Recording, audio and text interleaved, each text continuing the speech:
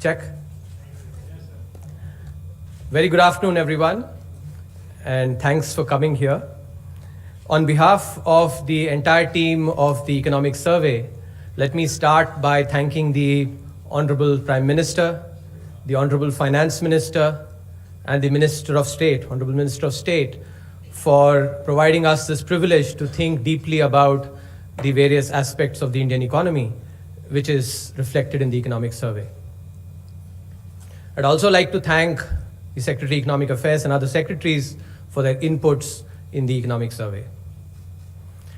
I'd like to certainly place on record all my advisors who have worked very hard to prepare the Economic Survey, and the team of the Economic Division who have worked extremely hard with unparalleled commitment to produce the second Economic Survey within a space of 6 months.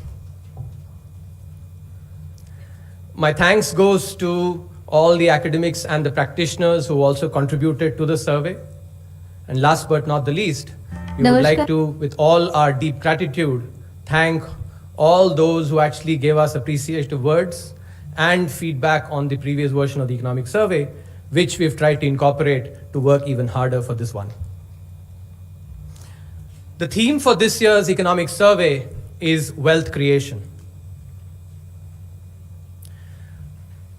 On the 15th of August, the Honorable Prime Minister spoke about wealth creation and mentioned that wealth creators need to be respected because wealth cannot be distributed unless it is created. The Honorable Finance Minister also insists that those who create wealth are indeed India's wealth. Inspired by these ideas, this year's Economic Survey, the theme is wealth creation. The cover of the Economic Survey, which is lavender, captures the 100 rupee new note, which is in this color, and combines the old with the new. The rupee symbol also captures the same theme about wealth. You have, so that is indeed the color as Sanjeev is showing, the Principal Economic Advisor. The Economic Survey, as I will explain in detail, is a synthesis of the ideas of old and new. As I just mentioned, the lavender color captures basically the new 100 rupee note together with the old note, which has been around for very long. And in terms of the ideas, the Economic Survey combines contemporary evidence that I'll share with ancient ideas. Therefore, it's a synthesis of the old and the new. But before I actually get into describing in detail the ideas in the survey, let me spend some time talking about the current economic scenario. There has been a slowdown in the Indian economy. Part of it is because of the global economy itself slowing down. You see here the world, the advanced economies, the emerging economies, and all groups of countries have actually slowed down in 2019 when compared to the averages for 2014 to 2018. In a globalized economy, India has also felt that effect. But there is one important aspect on which I will delve into greater detail, which needs attention from the perspective of the Indian economy, which is the financial sector. This chart shows the share of corporate loans in non-fruit credit starting from 2007 to 2019. What is quite relevant here to notice is this boom and bust, with 2013 being the peak when the share of corporate loans reached their peak. After that, it has decreased. Now, what is the impact of this on investment? If you want to understand the impact of this on investment, we can do the following exercise, which is take a 10-year period, split it into two 5-year halves, look at the credit that a firm takes in the first 5 years, and then correlate it with the investment that the firm does in the next half. Now, if suppose the credit that they've taken actually is affecting investment negatively in the next 5-year period, then you should see a negative correlation with 2013 as being the break year. And that is the exercise that is being shown in the table. This is the result from regressions that we've run. what you see clearly is that it is indeed 2013 and the 10-year period from 2008 to 2017 where there is this negative correlation. In other words, firms that actually borrowed a lot more from 2008 to 2012 were indeed the firms that they also actually invested less from 2013 to 2017. Now, how does this affect GDP growth? As we had showed in the last economic survey on the virtuous cycle, the virtuous cycle originates from private investment, which affects economic growth with a lag, and thereby consumption, and that's how the virtuous cycle proceeds. Now, what is important here is what is being shown on the right, which is the correlation of investment with GDP growth, with both contemporaneously and with lags. I want you to pay particular attention to the one that is being shown with the arrow, which is the correlation with a 4-year lag, which is what is the impact on GDP growth this year due to the investment done 4 years back. That has a very strong positive correlation. If you look at the contemporaneous correlation, which is being shown in black, that is negative. Now, this is important for us to understand because as I just showed, the peak of the credit happened in 2013, and after that there has been actually a decline in credit, which has affected investment as well, and it's that 4-year lag as a result of which the slowdown in investment has led to the growth slide, starting from 2017 onwards. Now, it is in this context that we actually focus in this year's economic survey on the theme of wealth creation. Wealth is both a cause and an effect of investment, especially private investment. Therefore, it is important for us to focus on wealth creation. In this context, it is quite pertinent to go back and look at the history, the recorded economic history. This chart shows that for close to 3/4 of recorded economic history, India has been the dominant economic power in the world. So this chart goes from 180 to 2017. Obviously, the first 1,000 years are actually not up to scale. 2000 is being shown in a smaller period on the x-axis. But what is critical here is that for 3/4 of recorded economic history, India has been the dominant economic power. Such dominance does not happen by mere chance. Such dominance happens by design. And what is that element of design? It is indeed our emphasis on wealth. If you think about what our traditions say for the 4 noble human pursuits, which is dharma, arth, kam, moksha, arth is indeed about wealth. The canonical example, the canonical literature that is talked about is Arthashastra, but even many of our other ancient traditions also advocate wealth as wealth, and wealth creation as indeed a noble pursuit. A very important piece of Tamil literature, which is the Tirukkural, talks about this in the chapter 76. Wealth, the lamp unfailing, speeds to every land, dispensing darkness at its Lord's command. Now, that is ancient thought, but how does that correlate with evidence that we have in recent times? To provide contemporary evidence on this, the exercise that we've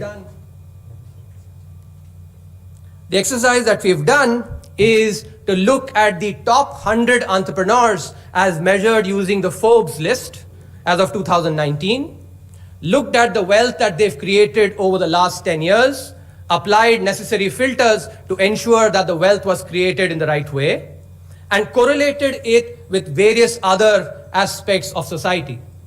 In this chart, what you see is that as there is an increase in the wealth created by our entrepreneurs, the largest entrepreneurs, the employees actually benefit as well from the salaries and the jobs that they get. A second dimension is those firms that supply to the firms of these entrepreneurs. And here, what is being shown is that the wealth created by these entrepreneurs benefits the suppliers as well because they end up supplying to these firms. A third way of looking at it is the foreign exchange revenue, which you all would understand matters for macro stability because those revenues affect our current account deficit and in turn macro stability. What you see here is that the wealth created by these entrepreneurs also correlates strongly with foreign exchange revenues. A final aspect is what goes to the citizen through the government as the taxes that are paid by these entrepreneurs. What is being shown here is the direct taxes paid by these entrepreneurs, which clearly is an underestimate because there are various other indirect taxes that are also paid. But what is important here is a strong correlation between the wealth created by these entrepreneurs and the direct taxes that are paid. And this goes back to what the Honorable Prime Minister said in his Independence Day speech: unless wealth is created, it cannot be distributed. And for distribution, it's basically taxes that are the primary instrument. Now, as I had mentioned, that India dominated economic activity for 3/4 of known economic history, and that doesn't happen by accident. It requires design. So what is that element of the design that indeed led to such economic dominance?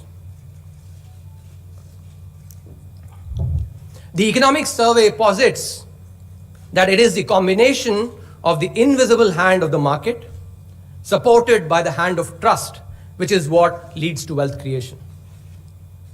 And here, there are important pieces of literature which we actually quote from. Take, for instance, to support the idea of the invisible hand of the market from Arthashastra, which says the root of wealth is economic activity, and lack of it brings material distress. In the absence of fruitful economic activity, both current prosperity and future growth are in danger of destruction. In fact, the Arthashastra also commends the king to actually remove all obstacles to economic activity, which you would think about in contemporary times as economic freedom. If you look at the hand of trust, in the same chapter from which I quoted from the Tiruvalvar says, wealth yields righteousness and joy, the wealth acquired capably without causing any harm, which is about the hand of trust. So now I'm going to provide evidence on these aspects. Before that, let me just mention that the economic survey, building on this idea that the combination of the invisible hand of the market has to be combined with the hand of trust, introduces this idea that trust is a public good which gets enhanced with greater use. Consider the example of water as a public good. As we use it more, it gets depleted. But the beauty about trust is that the more it gets used, the more the value of it gets enhanced. Of course, conversely, it's also true that if it does not get used, then the value of it declines as well. That's the characteristic of a public good, which gets enhanced with greater use. In trying to pursue wealth creation in the Indian economy, the economic survey brings out 10 main ideas, which is first that wealth creation benefits all. The invisible hand of the market enables wealth creation. Trust is a public good that increases with use. Grassroots entrepreneurs, which we basically have evidence in the second chapter of the survey, using evidence from 504 districts in India, showing that grassroots entrepreneurs indeed create wealth in their districts. Pro-business policies, those that provide equal opportunity, are important for wealth creation. In order for wealth creation, it's also important to remove some of the anachronistic government interventions that have actually subsisted. Job creation, which is very important in the Indian context today, can be furthered significantly by integrating Assemble in India for the World into the Make in India campaign. The survey goes into great detail about how the ease of doing business can be enhanced by implementing specific suggestions to bring India within the first 50 in the rankings, in the World Bank's ease of doing business rankings. The survey highlights that the banking sector, when you compare the size of the economy, is at this point subscale, and that is something that we need to think about. Finally, in keeping with the spirit of making economics relate to the common person, the economic survey brings the idea of Thalinomics, which is the economics of a plate of food in India. Let me give you some evidence about the role of the invisible hand of the market in generating wealth. Of course, India's GDP and GDP per capita have increased significantly after liberalization. In this chart, what is being shown is the wealth that is created from the perspective of the stock market. What is quite interesting to note here, what is being plotted is every milestone that the Sensex achieved. 5,000 milestone. If you notice the first half, which is the phase 1 accelerated growth, while it took about 170 months for the first milestone of 5,000 to be reached, the subsequent milestones were reached much, much faster. And that's the first phase of accelerated growth. By the way, this is not just because of a scale effect. It is the increase in the growth rates that actually accounts for this acceleration. A second phase from 2007 to 2014, when it took about 80 months for the next milestone to be achieved. And then a third phase of revival again, where the milestones are being reached faster. Also notice that the last milestone from 35,000 to 40,000 has taken a little longer, which is actually also reflective of the slowdown in growth that we talked about. A few other examples, if you look at it from various sectors, this shows the banking sector. When the entry of private sector banks was allowed in the early 90s, look at the growth rate in the penetration of credit before and the penetration after. It's significantly higher. Similarly, another example, take the mutual fund sector, which when it was opened up in early 2000s by breaking up UTI, look at the growth rates before and after. Again, significant difference. Another way of looking at the same thing, the impact of economic freedom and openness on generating wealth, is to distinguish various sectors. Here, an apples to apples comparison is being made within the transport sector. Take an open sector like roads and contrast it with a closed sector like railways. And here what is being shown is the freight traffic. The freight traffic for the open sector increased at exponential rates, much higher than the closed sector. And this effect is even more pronounced when you look at it from the perspective of passenger traffic, where you again find the open sector increasing at much higher rate than the closed sector.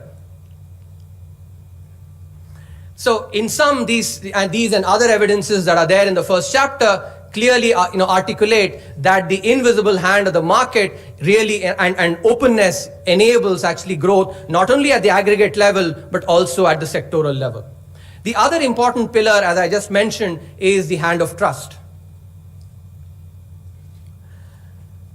If you look at the Transparency International's Corruption Perception Index, 2011 is when India actually was at its low. If you correlate that with a different way of looking at the same thing, which is there is a break here provided in 2011 when the report on the 2G spectrum allocation was brought out.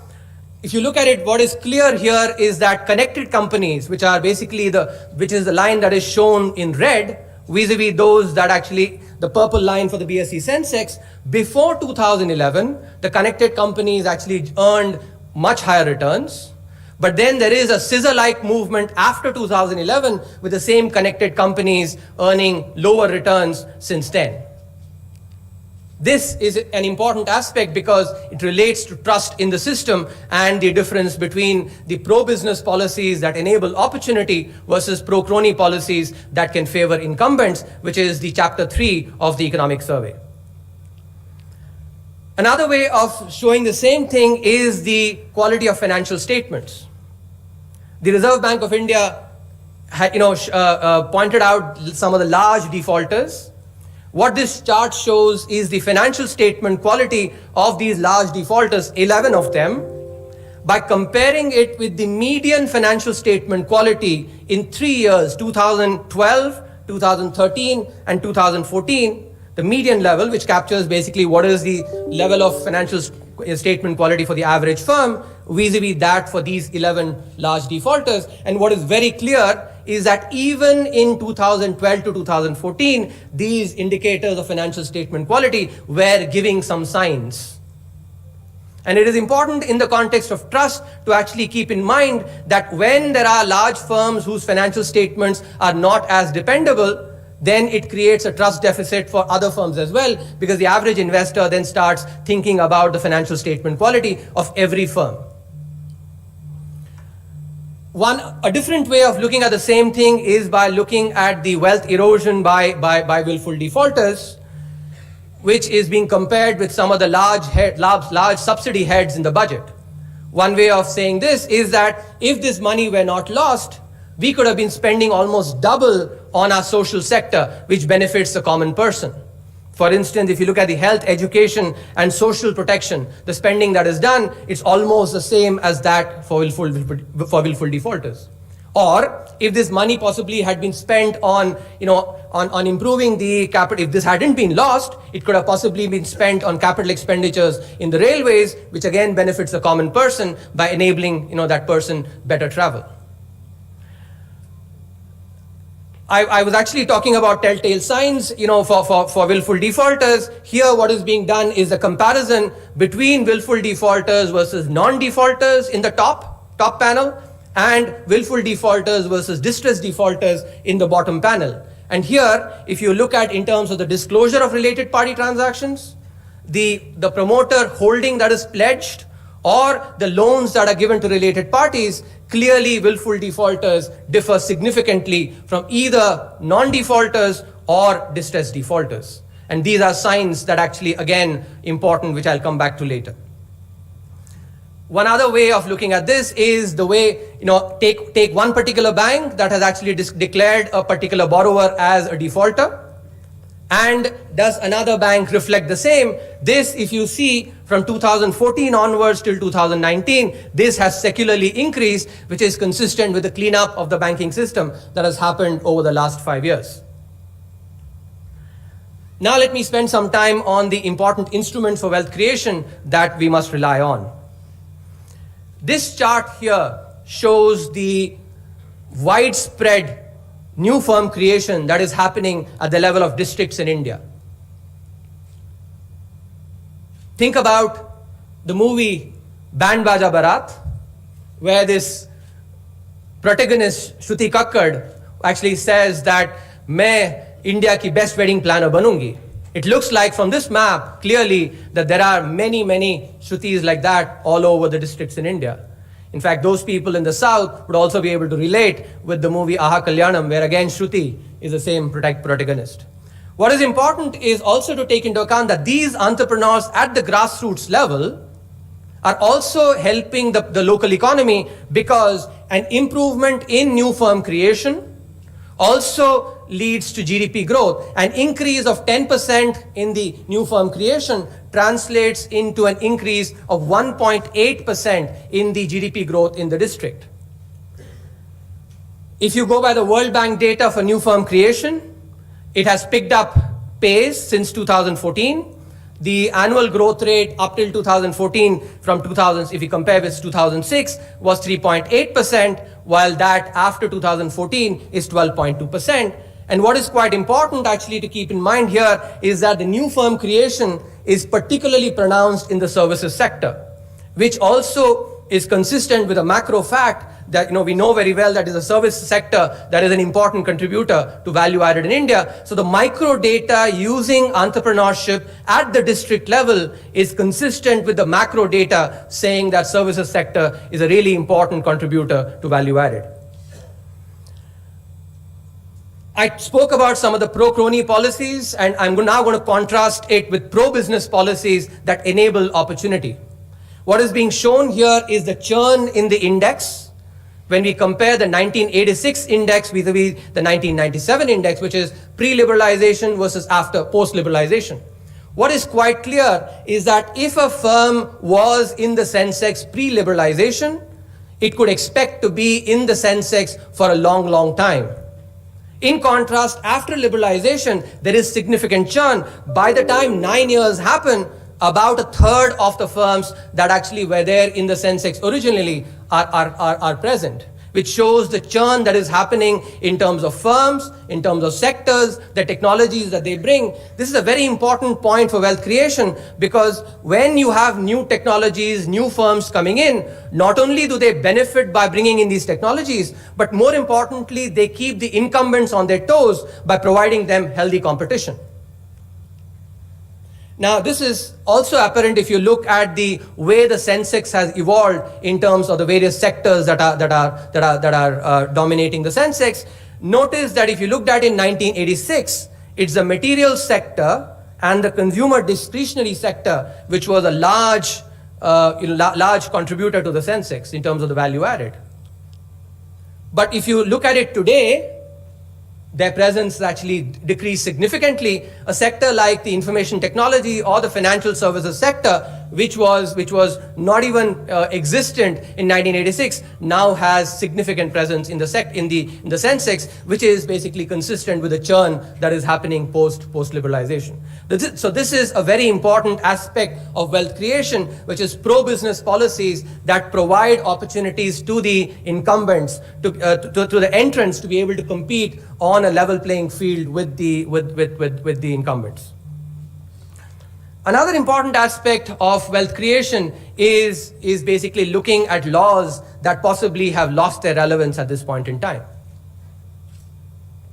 and look at the unintended consequences that can be created when government intervenes where there is no need for such a thing to happen. One example that I'm going to pick is the Essential Commodities Act, which was enacted in 1955. The Indian economy in 1955 was a very different economy to what it is today. The 1955 India was one that had suffered the ravages of famines, food shortages, and had just emerged, after the Second World War and independence. And therefore, the kind of market failures that the economy faced at that point in time were very different from what it is today. Today, India is an economy where food is produced in, more than demand. So food shortages are a thing of the past. So it's very important, therefore, to make a distinction between storage and hoarding. If traders are unable to store, then they will not be able to basically smooth prices. So this distinction needs to be made. We should not be looking at every storer as necessarily a hoarder. And that is what is important if we have to think about bringing in more investment into the food processing industry, into the storage sector, then this view has to change. And here's the evidence is quite important. If you look at the prices of potato and onion, onion, as you know, suffered a shock, a production shock, but the imposition of stock limits does not really have much of an effect on the volatility in prices. So potato is shown as a control here compared with onion. The imposition of stock limits does not have much of an impact. Now, this is not something that is, of a recent phenomenon. If you go to other instances, if you look at the stock limits that were imposed on gram, in 2006, 2007, or if you look at sugar versus salt, the same pattern is obtained there as well. So the point that is being made here is that some of these anachronistic laws that were actually created at different point in time when the Indian economy was different need to be rethought, and possibly thereby, the cost that they create for the economy can be minimized. As you all would acknowledge, job creation is a very important aspect of the Indian economy, and here's where exports can play a critical role. What this slide does is compares India's performance in exports vis-a-vis China, and splits that into the effect of specialization, which is picking a few sectors and really digging deep into it, versus diversification. What you notice here is that the entire difference in export performance between India versus China is accounted for by specialization. China has specialized in the labor-intensive sectors and has thereby created lots of jobs, while India has not been able to do so. India's performance on diversification across product categories is quite similar to China. In other words, when we look at our presence in various product categories, we are doing very similar to China, but the main difference comes from the difference in specialization. And so what is important really is today for us to focus on specializing and picking especially the labor-intensive sectors, which are actually our comparative advantage given the labor force that we have. And for this, the sixth chapter in the economic survey, fifth chapter, makes a very, very clear case for focusing on these labor-intensive sectors. To give you an example, take the iPhone, which is assembled in China. If you take every iPhone, China, the value added that it creates on every iPhone is about $8.50, which dwarfs compared to the value added that a Japan or a United States actually creates in an iPhone. But the important effect that China actually has is the scale, which is that almost every iPhone, at least till recently, was assembled in China. So when you take a per unit, which is about $8.50, but multiply it with a large scale, you get exports that are significant, and in the process, significant jobs are created as well. The economic survey this year has actually done an estimation that if India were to actually follow a similar path, and I'll come to why this is the opportune moment, that India can create significant opportunities. Export of network products is expected to be about $7 trillion worldwide by 2025. Network products are those that are actually manufactured across global value chains. These include industries like telecom equipment, mobile phones, of course, photographic machinery, etc. There are 6 sectors which actually form part of these network products. By focusing on this particular sector, which, as I said, has a market of about 7 trillion worldwide by 2025, India can generate about a quarter of the value added that is required for it to achieve on the export side, the $5 trillion economy, and quite importantly, generate about 4 crore well-paid jobs by 2025 and 8 crore jobs by 2030. This is about basically enabling imports of components in India, assembling them and exporting it without being judgmental about the process, just focusing on generating jobs through exports of this nature. Why is this opportunity now? Because if you look at the countries that actually, examples of Japan, Korea, China, they are now at a phase where their presence in these network products is declining. And therefore, the opportunity for India is significant. Together with the current trade environment, with the trade war that is going on, this is possibly the best opportunity for India to actually, really latch on to this particular benefit for job creation.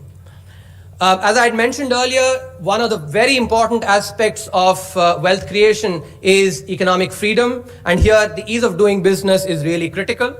While India has certainly made strides in improving its performance in the ease of doing business, especially we've gone up from being ranked 142 in 2014 to 63rd in 2019. It still is the case that India lags behind on a few areas, which is ease of starting business, registering property, paying taxes, and enforcing contracts. To give you some illustrative examples, if you want to open a restaurant in Delhi, you need about 45 documents to obtain the necessary license from Delhi police. If you want to buy a gun, you need 19 documents. If you want to set up a new firm in India, it takes about 18 days, on average 18 days, with about 10 procedures that can be often cumbersome. Just contrast it to the best in business, which is New Zealand. In New Zealand, it takes half a day. You fill one form, and boom, your business is started. So this chapter makes very, very specific suggestions that need to be focused on so that India can really improve its rank and get into the top 50 in the EODB rankings. A very important dimension of any economy is the banking sector. And the Indian banking sector, despite the enormous size of our economy, we are currently the 5th largest economy, is subscale. What this chart shows is the number of banks that are there in the global top 100 country-wise. China leads the table. India comes quite far behind with 1 bank in the top 100. Even countries like Singapore and Sweden, which are a fraction of our size, they have triple the number of large banks. Now, if our banking sector were proportional to the size of the economy, India should have had 6 banks in the global top 100. And by the time we become a $5 trillion economy, we should have 8 banks in the top 100.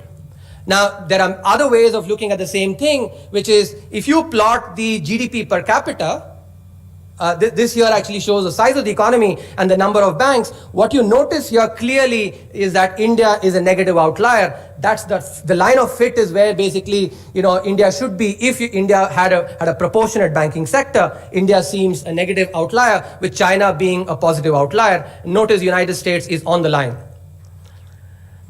Another way of looking at the same thing is, compare how developed the economy is and the penetration of credit in the economy. What is being plotted here on the x-axis is the GDP per capita and the private credit to GDP on the y-axis. Here again, India is a negative outlier. If India's banking sector were proportional to the level of advancedness of the economy, our credit penetration should have been about 90%, which is about 80% more than what it is today. One other way of looking at it, because the concern could come up that this is all because of our population. We have a very large population, and therefore the penetration of the banking sector is low. Even if you control for the effect of population, clearly countries that actually are more populated have lower credit penetration. But even taking that into account, India still has significantly lower credit penetration.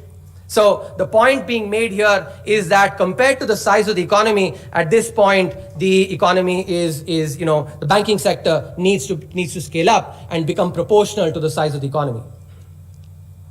And in this, there have been several reports that have looked at the banking sector. Starting from the Narasimhan Committee 1 and 2, the Rajan Committee, the PJ Naik Committee, which have made recommendations which can be considered. The economic survey gives one key idea. And this goes back, when I did my BTech in electrical engineering, my BTech thesis was on using neural networks for electrical engineering, which is an application of artificial intelligence and machine learning. Today, that has actually become really, really critical in the banking sector. So the idea that the economic survey is advocating is a public sector banking network, which will enable analytics, artificial intelligence, and machine learning for better decisions. If you remember, when I talked about trust, I focused on several leading indicators, be it financial statement quality, be it the differences between willful defaulters and others, and these were actually indicators that were flashing 2-3 years back. And this is something that data can really pick up, just plain simple data. Of course, artificial intelligence and machine learning can do a far better job in trying to actually identify patterns that can really avoid this phenomenon. So the idea that is being advocated here is to build a network, use the data within the frameworks, legal frameworks of data, use the data across the various public sector banks to really enable better decision making, especially on corporate lending. And that is where really the data can be quite critical. The NBFC sector, as you all know, has actually gone through some recent difficulties. So the economic survey builds a health index to track financial fragility in the NBFC sector. And if you notice here, this is the index for the housing finance sector, which shows that from 2014 itself, there were early signs which could have actually been picked up. This is another idea that has been built up in the economic survey to try and actually enable policymakers to be able to track the financial fragility in the NBFC sector. Last but not the least, in the previous survey, we had made a humble effort to try and relate economics with the common person using behavioral economics. In this survey, we actually are introducing Thalinomics, which is the economics of a plate of food in India. There is no better way, at least in the opinion of the team of the economic survey, than to relate economics with the common person by using the plate of food that a person consumes every day. So what the survey has done is looked across 28 states, the different meals that people consume, built taken each component, which is cereals, pulses, vegetables, even the garnishing that happens from turmeric to garlic to others, and really calculated what is the price of a thali that a person would pay across 28 states. And what is quite interesting to note is that if you look at the trend in the thali prices that prevailed till 2015-16, if that trend had prevailed, as you notice in the chart on the left, there has been a clear moderation in the, in prices.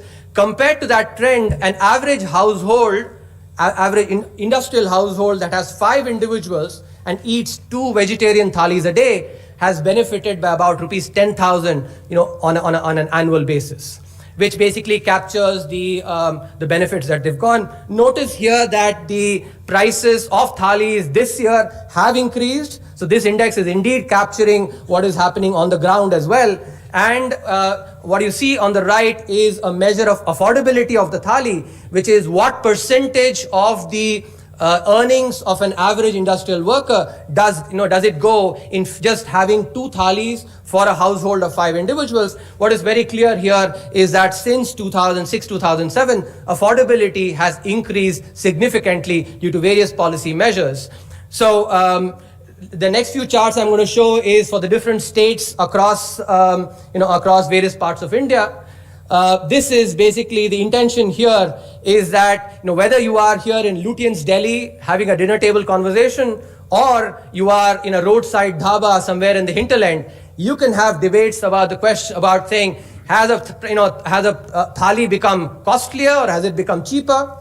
You can also ask questions like, is the vegetarian thali actually cheaper or the non-vegetarian? Where has been the inflation greater? Which components have really contributed to increase or decrease in the prices of thalis? Questions like these that can really spur a quote unquote healthy debate can now be indulged in using this index of thali prices that the Thalinomics builds. Once again, let me thank you very much for your patient listening, and I'm happy to take questions. Thank you very much. Friends, I think it was a detailed presentation. Wealth creation to thali and the different options available. At least a lot of information has been created for you, starting from the document to the press releases to the emails as well as the presentation. So a lot of information created for you. So we take now the questions.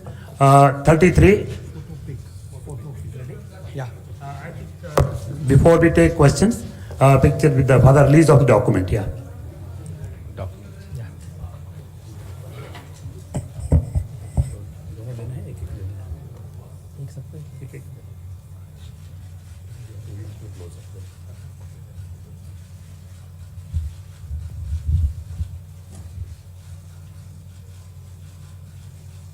Thank you.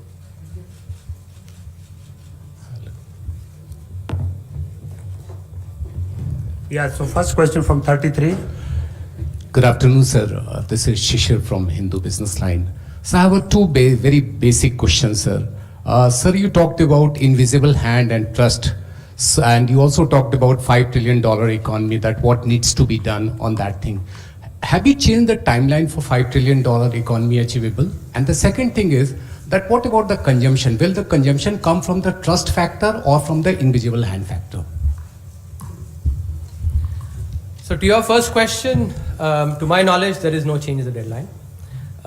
The second question, which is about consumption, we had discussed this in the last year's economic survey, and I actually just alluded to it here as well, that the virtuous cycle, which is basically goes from investment to growth, and growth puts demand in the hands of people, and that affects consumption. There has been slowdown in consumption as well, which in the State of the Economy chapter we talk about. 116.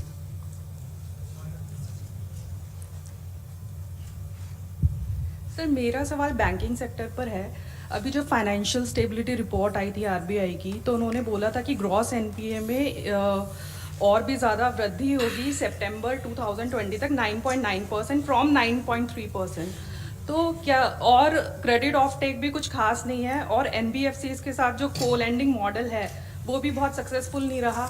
तो आपको लगता है कि सरकार को फिर से एक बहुत बड़े स्केल पर कैपिटल इन्फ्यूज़ करने की ज़रूरत है? देखिए, हमने इस साल के जो आर्थिक समीक्षा है उसमें बड़े प्रश्नों पे ध्यान दिया है, और हमने ये बताया, जैसे हमने प्रेजेंटेशन में भी दिखाया, कि हमारी जो अर्थव्यवस्था है जो आज की तारीख में 5वीं है विश्व में, उसके मुकाबले जो हमारी बैंकिंग सेक्टर है वो एक्चुअली आज के तारीख में थोड़ी छोटी है। और हमने इसीलिए इसमें आइडियाज़ दिए हैं जिससे ये बैंकिंग सेक्टर और समृद्ध बन सके और जो $5 ट्रिलियन इकोनॉमी है उसके लिए और अग्रसर हो सके हम। 12. So Timsi Jaipuria from CNBC TV 18. My question is regarding the 6.5% growth that you have pitched in the economic survey. What makes you positive on getting this as early as next fiscal itself? Because currently you've pegged GDP growth at 5% and now you're looking at 6.5%. 6 to 6.5. 6 to 6.5. What makes you hopeful and what are the early signs that you're seeing to see this 1 to 1.5% growth? So I think, in an earlier presentation, I had talked about the steps that have been taken by the government. And there are some early signs. What is also important is if you look at the business cycle phenomena in India, typically if you look at the peaks and the troughs, and you correlate it with what has happened, it seems like we have sort of hit a trough, and therefore there should be an uptick in the in growth, and that is what we're actually budgeting now. Notice here that we actually have been we haven't gone and said it's 7.5%. We've actually kept it to 6 to 6.5. 25. Sir, आपने थालीनॉमिक्स की बात की, कहा कि थाली की कीमतों में 2015-16 के बाद गिरावट आई, हालांकि पिछले 2 सालों में थोड़ा बढ़ोतरी हुई है, लेकिन इस साल साथ ही साथ आप बात कर रहे हैं कि जो फूड सब्सिडी है उसमें भी कटौती की जानी चाहिए, कमी लाई जानी चाहिए, आपके इकोनॉमिक सर्वे का पार्ट है। तो मैं जानना चाह रहा हूँ कि जो फूड सब्सिडी में कटौती होगी और दूसरी तरफ दिख रहा है कि थाली में बढ़ोतरी होगी, एक आम आदमी है उसके लिए किस तरह से मैनेज करना होगा, क्योंकि सब्सिडी देना जरूरी है और देश में फूड सिक्योरिटी एक्ट भी लागू है। देखिए, ये फूड सब्सिडी ये तो बहुत बड़ा मुद्दा है। हमने एक छोटी सी पहल करी है इस अध्याय में दिखाने के लिए कि जो 28 हमारे राज्य हैं उन राज्यों में कहाँ आप एक मांसाहारी या शाकाहारी थाली ले लें तो उनका दाम कितना है, और वो हमारा जो बड़ा मुद्दा है वो है और उद्देश्य वो है कि आप जैसे लोग और बाकी जो सामान्य वर्ग है वो सामान्य वर्ग एक्चुअली इसको लेके कि थाली हमारा एक्चुअली बढ़ गया दाम कि सस्ता हो गया, ये है बड़ा मुद्दा इसमें। और जहाँ तक आपका सब्सिडी का सवाल है, इसमें कोई दोरा नहीं है कि थोड़ा बहुत जो मॉडरेशन हुआ है वो सब्सिडी के कारण है, लेकिन ये एक बहुत बड़ा मुद्दा है जिसमें बहुत सारे पहलू हैं। एक पहलू आपने दर्शाया है, लेकिन बाकी सारे पहलुओं को भी साथ में लेना पड़ेगा इस मुद्दे पर रोशनी डालने के लिए। 114. Good afternoon, sir. This is Chetan from Z Business on here, sir. Sir, considering the fact आपने इकोनॉमिक सर्वे में एक्सपोर्ट्स पे काफी फोकस दिया है, लेकिन हमने अभी तक as India we have not able to take advantage of US China trade war. तो what do you think the strategies क्या होनी चाहिए जिससे हम लोग we can better perform in terms of exports and take better advantages of probably 2 nations conflicting and take better advantages with that sector as well? यही सवाल हमने actually हमने अपने टीम में पूछा और इसीलिए ये अध्याय लिखा है। सारे जो जवाब आपने जिन प्रश्नों को पूछा है उसके सारे जवाब इस अध्याय में है। मैंने कुछ उसके बारे में बताया कि एक तो जैसे प्राइमरीली हमें एक्चुअली जो लेबर इंटेंसिव सेक्टर्स हैं उसमें फोकस करना चाहिए। असेंबल इन इंडिया का जो हमने कहा, जिससे इसको यदि हम फॉलो करेंगे तो करीब 4 करोड़ जॉब्स एक्चुअली आ सकते हैं 2025 तक और 8 करोड़ 2030 तक। तो इसको इस मुद्दे पे बहुत केयरफुल हमने एक्चुअली सुझाव दिए हैं और एक्चुअली संजीव साहब